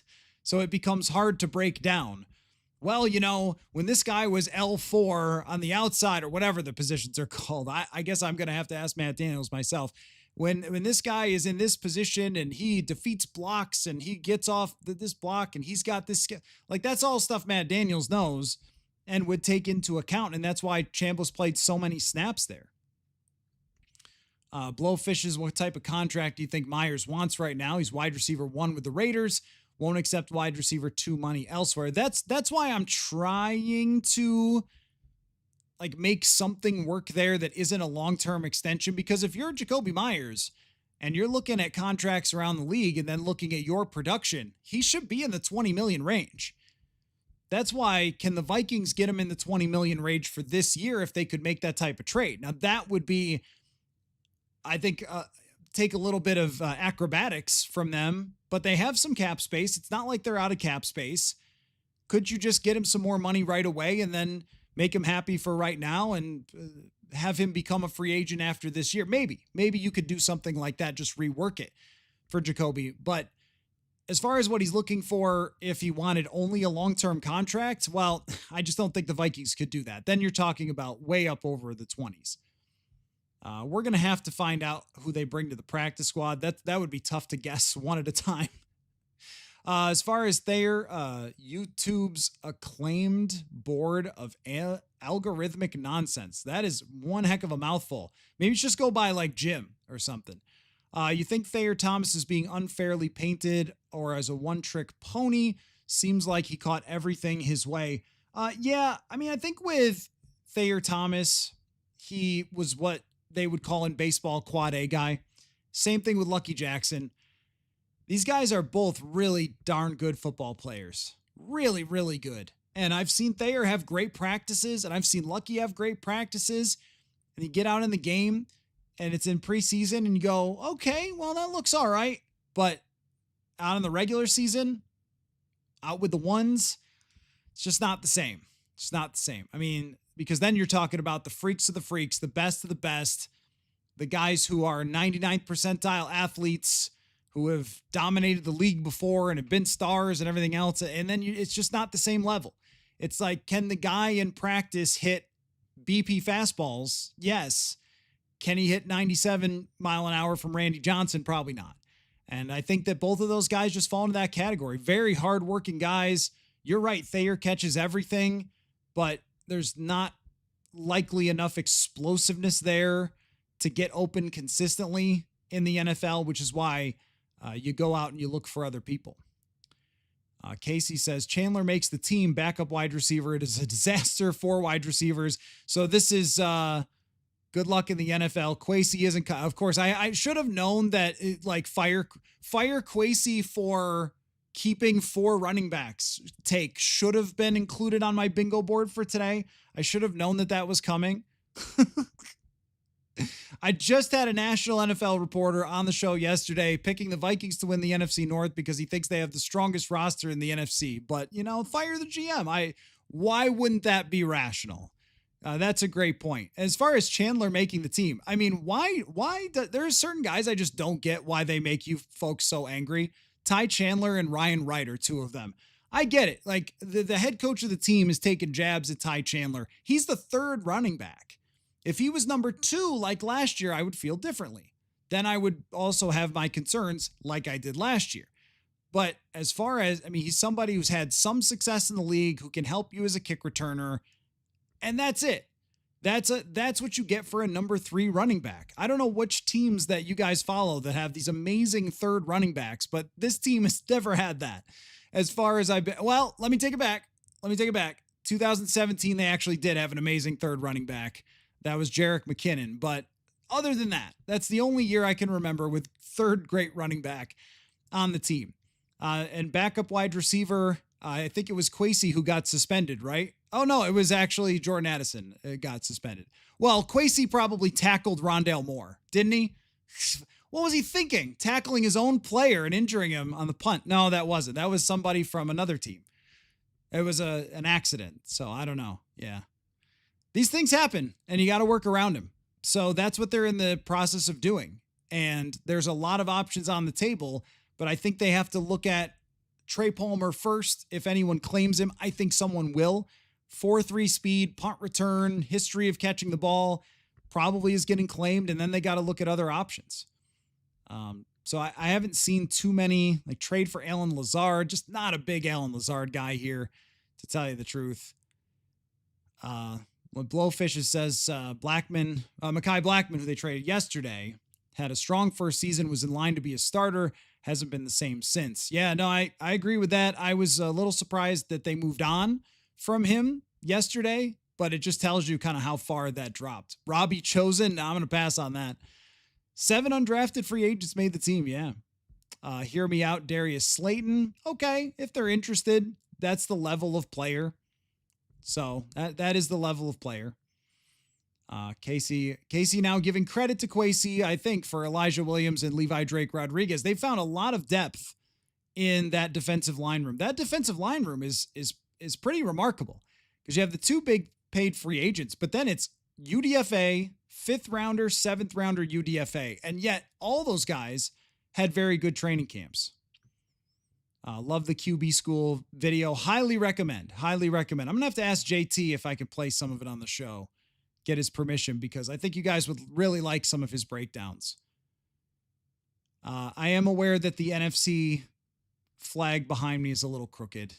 Look, arts and crafts. When I was in grade school, my mom did most of my arts and crafts. It's just not my thing, but they look great though, I think overall. I got out of the way of the Vikings one. That was a common complaint. When I had the mic over here, it was like in the way of the Vikings one. So I did that. We got the camera. Unfortunately, my lit up sign over here in the corner isn't quite showing up, but I like it. It says Purple Insider. I'm working on a multicam setup so you can see it. So I'm working on this, and you guys will have to tell me if that looks good or not. The multicam setup so you can see the Purple Insider man. So I've been working on that. But I'm mostly answering your questions, so I end up forgetting to ever change the angle. The angle was supposed to be like this, so I would be looking at your questions over here, and it looks like I'm looking at you. That's kind of the angle. But then when I flip back to the other screen, I can't tell if I'm looking at you or not, so I guess we'll have to figure that out. Can Mason catch the football? I think so. I was actually surprised by how well Jordan Mason did catch the football. I think that he has shown a little bit more than I ever would have expected, but he's not going to be going down the field. Jordan Mason's going to be catching a lot of swing passes, a lot of just, check downs and stuff like that. And he can catch those and make something out of it. Willawa says criticism isn't about having a solid roster. It's about exploiting a rare opportunity to win a Super Bowl. We're at 3% to do that. 3% of what? What's 3%? Where does 3% come from? 3% odds to do that? Well, who has high odds to do that? Kansas City, Buffalo, Baltimore. Who else? Maybe Detroit, maybe Philly. Who in the NFC has super high? You're going to have to tell me that. Who has super high odds to win the Super Bowl? Also, do preseason odds tell you who's going to win the Super Bowl? That's another question I would have there. In the NFC, like where was what was Philly's odds going into last year? What was San Francisco's in 2023? What was San Francisco's in 2019? What was the Rams in 2018? I don't know. Vegas can't predict the Super Bowl any better than you can. I'm not saying the Vikings are going to win it. It's just like, what does that mean? Like, that's proof that they haven't built a good enough roster. They have built a good enough roster from top to bottom to very reasonably compete in the NFC for a Super Bowl. That's just a fact. I mean, if you're talking about, okay, the number 3-4 corner is concerning to you. Oh, all right. Well, Philly's got a corner or a guard or something. Like every team. How about Detroit? Their offensive line. Like every team's got some position. There's 32 of these. Like every team's got some position they're concerned about. But I think when we go position by position, and this isn't even just me, you want to talk about outside objective measures. Like go to Mike Clay and his rankings where he ranks the Vikings for position by position. Like this isn't just me. Like Mike Clay of ESPN ranks every single position, and I went through those and added them up for outside of quarterback. Where did the Vikings rank in his rankings for all teams, all rosters? And it was in the top 5. They've done an excellent job putting together a roster that has a little bit of maintenance to do on it. I like house hunters, so I'll make a house hunters comparison. People go into a house. Actually, I kind of had this experience myself. Buying a house. You really like everything about it, but you walk out back and there's a garage that's falling apart. You're like, all right, well, gonna have to replace that garage if we buy the house. That's that when we bought our house, the garage had wires hanging down off of it and it was about to blow away, so we had to replace it. Oh, okay, there's some investment there, there's a move there. You don't like it's still a very good house. And I think that about this roster right now. It is a very, very good roster. But they need Addison playing, and that's something, what are you going to do? That's a suspension. And you need guys to stay healthy. Of course, every team needs everyone to stay healthy. And then, there's some of these other depth positions that you don't feel solid about. And they need to build a garage at backup corner. They need to, build a garage at number 3 wide receiver.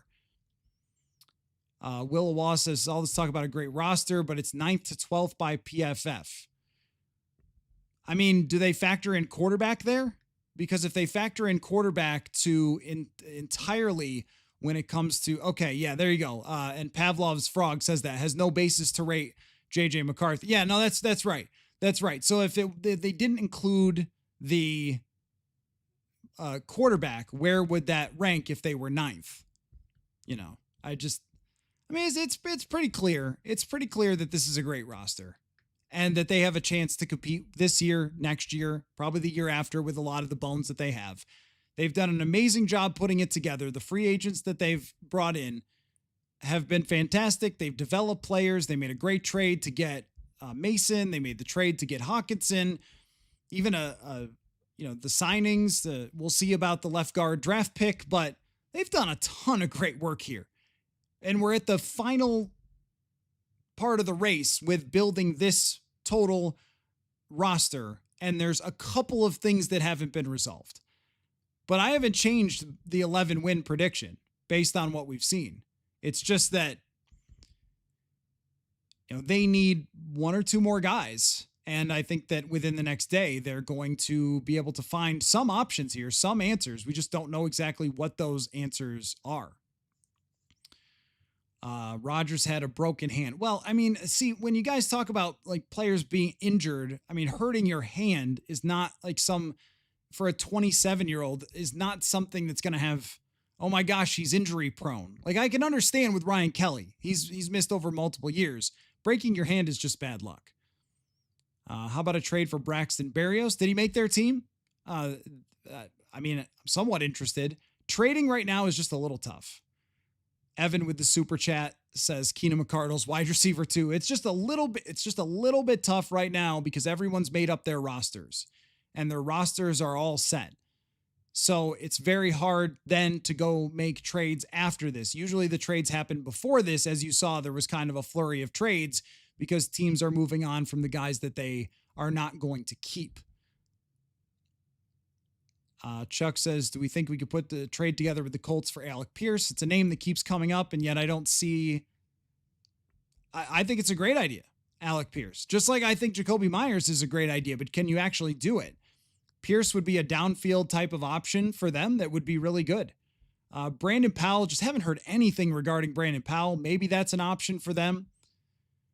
Jake says MVS is a marginally worse nailer. Both have unreliable hands and mostly run clearing routes, but you have to respect them deep. Yeah, that's the thing. As soon as I made a crack about MVS, I got so many people who were like, no way, no world. It's like, okay, come on now.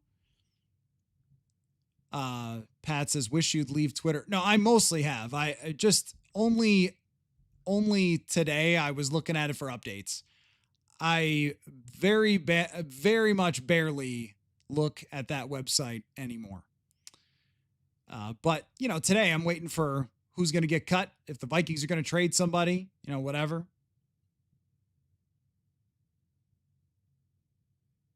So, few more things to do. So the other teams in the list, I mean, this is right. When you talk about 3%, I mean, first of all, that just doesn't mean anything. But Buffalo, Baltimore, Kansas City, Philly, yeah, I mean, those teams 13%, 10%, of course, yeah. Why wouldn't those teams? I mean, they have elite quarterbacks.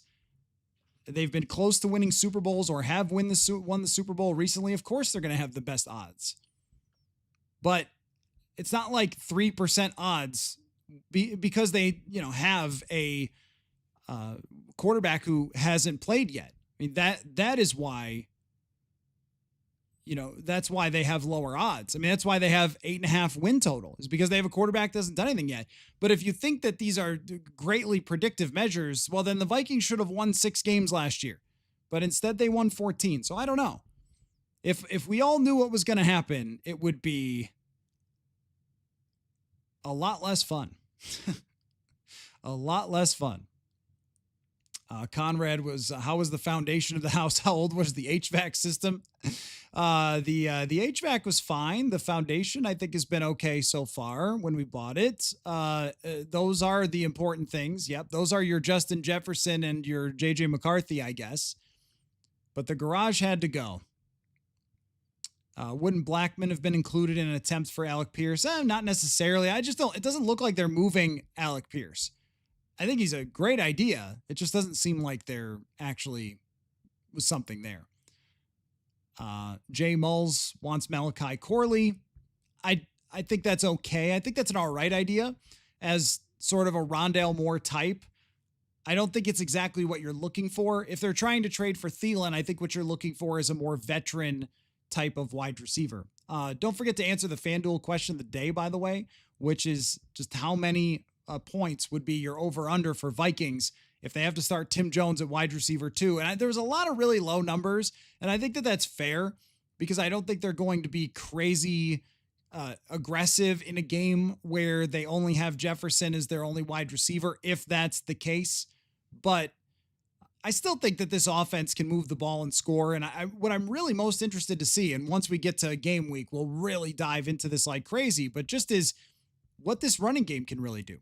And then is there anybody else who can rise up to the challenge? We've seen it in the past. Remember, go back to 2016. When I arrived in Minnesota, I thought Adam Thielen was kind of a mascot. Like, oh, you guys got a Minnesota player that's so cute. Buffalo had a Buffalo player. He was okay. His name was Naaman Roosevelt. Great guy, went to University of Buffalo. So I thought, oh, it's just one of those guys. And then there's an injury to Diggs and Thielen has to take over. And all of a sudden, man, this guy just breaks out like crazy against the Houston Texans, never turns back, has a great career. So sometimes opportunity is just what somebody needs. And there will be opportunity when Justin Jefferson is on the field for other wide receivers to make plays. I don't think that they cannot win the first 3 games if they don't find another great wide receiver option. But I do think that you need to turn over every single rock and consider possibly even giving up a decent amount of draft capital to get somebody else in. But for now, as we kind of put a bow on this conversation, didn't Thielen return punts early in his career? Yeah, it didn't go well. I think it didn't go well. That's right. Yeah, AI predicted the Vikings. That's right. AI predicted the Vikings to be the number 1 pick. I think ESPN as well had that, or maybe that was the AI ESPN model. Maybe that's what it was. I think that's what it was. It was like some model predicted them to have the number 1 pick. And Kevin O'Connell referenced that, by the way. He saw it. Don't think he didn't see it. That's my point, though, right? It's like, don't miss the big picture here, that they've built the team that they sought out to build when they got here in 2022 around JJ McCarthy. The people who will determine this season are JJ McCarthy, Justin Jefferson, Aaron Jones, Jordan Mason, Christian Darrisaw, Ryan Kelly, Jonathan Grenard, Andrew Van Ginkel, Blake Cashman. The stars of this team will determine whether they succeed or fail. It's not that likely that, if you get to the 4th wide receiver, you get to the 4th corner, over any long period of time, it's not that likely things have gone well for you. That's just the reality of the NFL. But today, there is, I think, a lot of pressure on them to get a wide receiver in a corner. So that we can put those two things in two separate boxes: what they still need and the bigger picture of 2025. So let's wrap on this. Steve says Brosmer is the likely Mr. Mankato. Here's my thing about Mr. Mankato. Mr. Mankato is whoever you want Mr. Mankato to be. There's not a vote. There's not a big presentation. There isn't some sort of official, oh, this guy is officially, that kind of faded a long time ago. I think early on there was maybe a trophy or something, but it's gone away. It's more of a concept. It's more of an idea of the guy we never see coming, who captures our hearts, who may not have anything to do with the success of the season, or may someday become great. We don't know. It's a magical part of the season, and this day is a magical day for Mr. Mankato, because when that guy makes the team, you go, wow. I think Elijah Williams, for me, is Mr. Mankato, because that is the most unlikely player I think I've ever seen make the team. The only other guy that I think is more unlikely that's ever made the team is Dan Chisena, because he basically didn't play college football. At least this guy was good in college football. It was just at a university not known for its NFL lineage too much, but that it's an ultimate underdog story. But, if you want it to be Max Brosmer, that's perfectly fine, because Brosmer captured the hearts of Vikings fans as well as the Gopher, the local guy, because you kind of think same deal with Thielen. Oh, like they got the Gopher quarterback. That's great. But no, like this dude can really play, as Gopher fans know. But yeah, I mean, like lots of undrafted free agents, like all those guys, they kind of deserve their attention for making the team. It's a great day for those guys. Joe Huber making it as an offensive lineman. That's really good. So yeah, it used to be like, yeah, right. A gift basket or something. Right. So, I mean, it's whoever you'd like it to be. But for those guys, what a day to be undrafted free agents and make it. And what a day for our discussion. So here's what I'm going to do. I think we've covered every part of this that we can and all the options that we can. So I'm going to hang it up for right now. And if there is more to come, if there are more developments, if they sign a former 5th round corner, probably we'll wait till tomorrow to talk about that. But if there's a shocking Adam Thielen trade, if there's a shocking big move that we didn't expect coming, then I will be back here tonight. I'll be staying fairly near the computer, and I'll be ready if anything should come up. So we'll see. But if it's a late night pod, if there's a move at 10:30 at night, I'll be here for you to break it down. And if not, then definitely we'll be back on the show as usual tomorrow. And we'll go from there. And so, Maggie usually joins on Tuesdays. We're planning to have her join tomorrow just because cut down day threw everything off.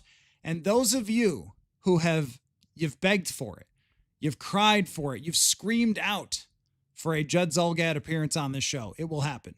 Scheduled to figure that out probably tomorrow, to have Judd on the show tomorrow night. So you can definitely look forward to that.